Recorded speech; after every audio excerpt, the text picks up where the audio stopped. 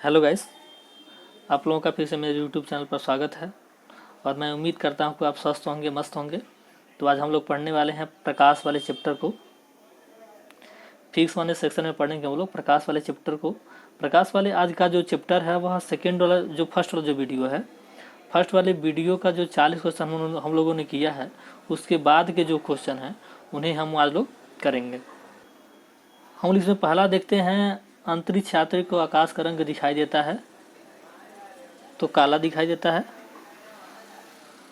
आकाश का रंग जो होता है अंतरिक्ष यात्री को काला दिखाई देता है। फिर इसमें दूसरा देखते हैं, समुद्र नीला प्रतीत होता है आकाश के परावर्तन तथा जल के कणों द्वारा प्रकाश के प्रकीर्णन के कारण। जल की जो कणें होती हैं समुद्र में, उनके द्वारा प्रकाश का जो प्रकीर्णन किया जाता है उसके वजह से भी समुद्र नीला दिखाई देता है। और साथ साथ आकाश के द्वारा जो परावर्तन किया जाता है उसकी वजह से भी समुद्र नीला दिखाई देता है। हम लोग इसमें तीसरा देखते हैं, हमें हरी घास का रंग हरा दिखाई देता है क्योंकि यह हरे रंग के प्रकाश को हमारी आंखों पर प्रवर्तित करती है। यानी कि उसके हरे रंग के प्रकाश को हमारी आंखों पर प्रवर्तित करने की वजह से ही हमें हरी घास का रंग हरा दिखाई देता है। फिर इसमें चौथा देखते हैं, प्रसारी विश्व की संकल्पना आधारित है डापलर प्रभाव पर। इस पे डापलर प्रभाव पर प्रसारी विश्व की संकल्पना आधारित है। कार में पीछे के यातायात के दृश्य अवलोकन के लिए प्रयोग होता है उत्तल दर्पण। फिर हम इसमें छठवां देखते हैं, दाढ़ी बनाने में काम में लेते हैं तो अवतल दर्पण। अवतल दर्पण का हम लोग प्रयोग करते हैं। दाढ़ी बनाने वाला जो सामने वाला जो दर्पण होता है जिसमें हम लोग अपना चेहरा देखते हैं, वह दर्पण कौन सा होता है? अवतल दर्पण। फिर इसमें सातवां देखते हैं, धूप से बचने के लिए छाते में रंग संयोजन जो सबसे उचित है वह है ऊपर उजला और नीचे काला। ऊपर उजला हो नीचे काला हो, इसलिए जो छाता होता है हमें धूप से बचाता है। फिर हम इसमें आठवां देखते हैं, खगोलीय दूरदर्शी से बना प्रतिबिंब होता है। खगोलीय दूरदर्शी से जो बना प्रतिबिंब होता है वह कैसा होता है? काल्पनिक और बड़ा होता है। अगर फिर हम इसमें नौवां देखते हैं, जब दो समानांतर समतल दर्पण के बीच कोई वस्तु रख दी जाती है तो बनने वाले प्रतिबिंब की संख्या होती है तो अनंत होती है।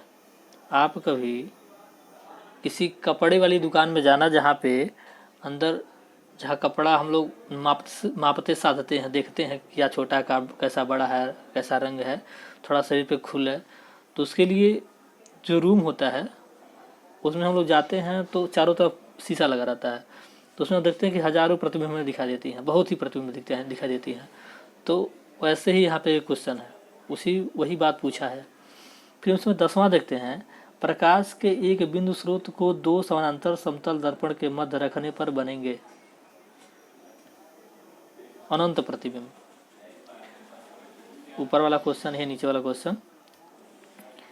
फिर हम लोग 11वां देखते हैं, इसमें प्रकाश में 7 रंग होते हैं, रंगों को अलग करने का तरीका है। एक प्रिज्म से रंगों को अलग अलग किया जा सकता है। एक प्रिज्म से रंगों को अलग अलग किया जा सकता है। अगर किसी हम प्रकाश को उसमें से गुजार रहे हैं प्रिज्म से, तो जब वह निकलती है जब प्रकाश, तब उसमें 7 रंग अलग अलग दिखाई देते हैं।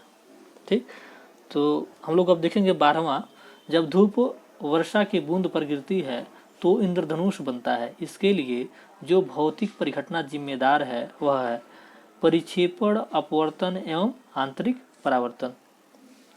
फिर हम इसमें 13वां देखते हैं, नीला, हरा, पीला तथा लाल में से इंद्रधनुष के मध्य में दिखाई देता है कौन सा रंग?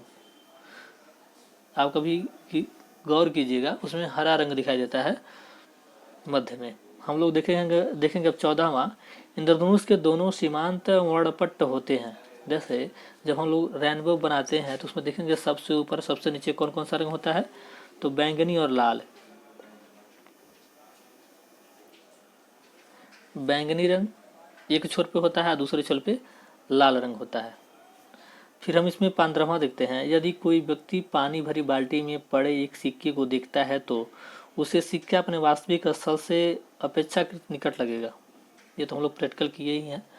कि सिक्के को बाल्टी में डाल दो या गिलास में डाल दो या लोटे में डाल दो, उसे देखो तो ऐसा लगता है कि वो ऊपर ही है। ठीक, हम लोग अब 16वां देखेंगे। जल में वायु का बुलबुला जिसकी भांति व्यवहार करेगा वह है। जल में वायु का बुलबुला जिसकी भांति व्यवहार करेगा वह है, क्या है? तो यह अवतल लेंस के भांति व्यवहार करता है या अपसारी लेंस। हम लोग अवतल लेंस को अपसारी लेंस भी कहते हैं। फिर हम इसमें 17वां देखेंगे। किसी व्यक्ति का पूरा प्रतिबिंब देखने के लिए एक समतल दर्पण की न्यूनतम ऊंचाई होनी चाहिए व्यक्ति की ऊंचाई का आधा। यानी कि व्यक्ति 6 फीट का है तो 3 फीट का समतल दर्पण उसके प्रतिबिंब को देखने के लिए पूर्ण है। फिर हम इसमें 18वां देखते हैं। एक समतल दर्पण की वक्रता त्रिज्या होती है, अनंत होती है, इनफाइनाइट। फिर हम दूसरा इसमें 19वां देखते हैं। दूरदृष्टि दोष निवारण के लिए काम में लेते हैं। दूरदृष्टि दोष के समाधान के लिए, निवारण के लिए कौन सा हम लोग लेंस यूज करते हैं? तो इसमें हम लोग उत्तल लेंस का प्रयोग करते हैं। इसका उत्तल लेंस का। वहीं निकट दृष्टि दोष को दूर करने के लिए उपयोग में लाया जाता है अवतल लेंस। निकट दृष्टि दोष के निवारण के लिए अवतल लेंस और दूर दृष्टि दोष के निवारण के लिए उत्तल लेंस।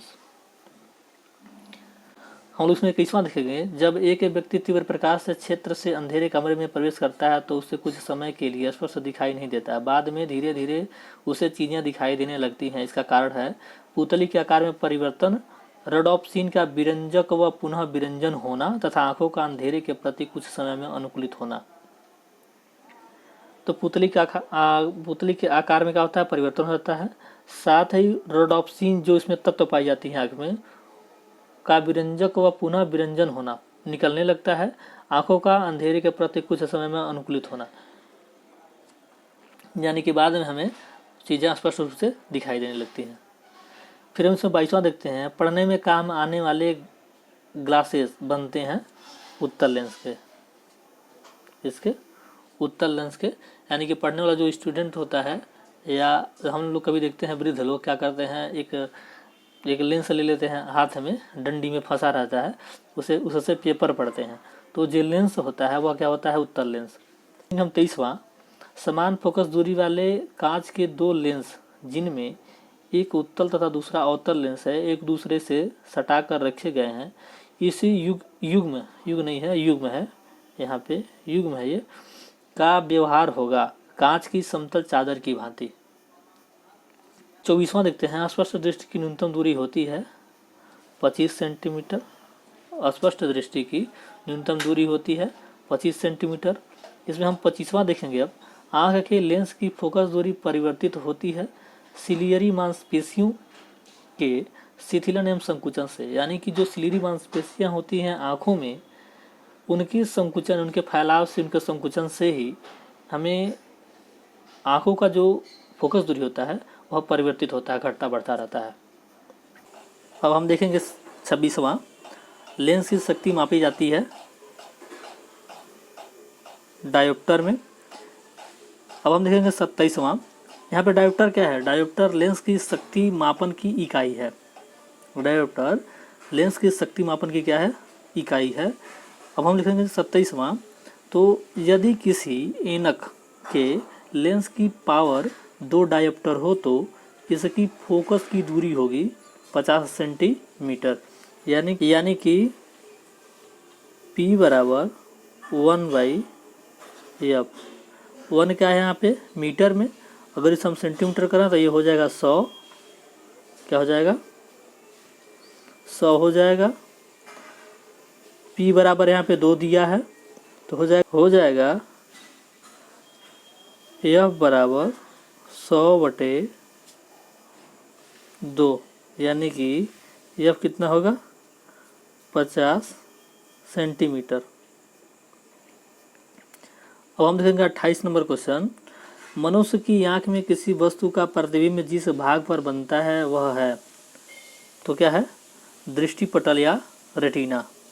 इसी वाले भाग पे प्रतिबिंब बनता है। हम देखेंगे वो 29वां। किसी अपारदर्शी वस्तु का रंग उस रंग के कारण होता है जिसे वह परावर्तित करती है। तो जो हम लोग देखेंगे हरी घास वाला, क्वेश्चन एकदम सेम वही क्वेश्चन है। अब हम देखेंगे 30 नंबर क्वेश्चन। एक रंगीन टेलीविज़न में 3 आधारभूत रंग के मिश्रण से रंग बनते हैं। ये हैं लाल रंग, हरा, नीला। यानी कि इन्हीं तीनों के संयोग से रंगीन टीवी बनता है और कलरफुल दिखता है। अब हम देखेंगे 31 नंबर क्वेश्चन। जब लाल, नीले तथा हरे प्रकाश का पुंज का एक स्थान पर पड़ता है तो प्रकाश का रंग हो जाता है क्या? सफ़ेद। यानी कि लाल रंग के प्रकाश पुंज को, नीले रंग के प्रकाश पुंज को, हरे रंग के प्रकाश पुंज को अगर इस एक स्थान पर डालें तो वह हमें सफ़ेद दिखता है। अब हम देखेंगे 32 नंबर क्वेश्चन। काला, पीला, लाल तथा नीला में से प्राथमिक रंग नहीं है। तो यहाँ पे काला प्राथमिक रंग नहीं है, जबकि पीला, लाल और नीला ये क्या है? प्राथमिक रंग है। अब हम देखेंगे 33 नंबर क्वेश्चन। एक स्वस्थ मनुष्य के शरीर का ताप होता है कितना? 37 डिग्री सेल्सियस। अब हम देखेंगे 34 नंबर क्वेश्चन। केल्विन माप से मानव शरीर का सामान्य ताप है 310 केल्विन। क्या? 310 केल्विन होता है। तो 310 केल्विन कैसे आया? अगर हम डिग्री सेल्सियस को केल्विन में चेंज करना हो तो डिग्री सेल्सियस प्लस 273 कर देते हैं। तो 37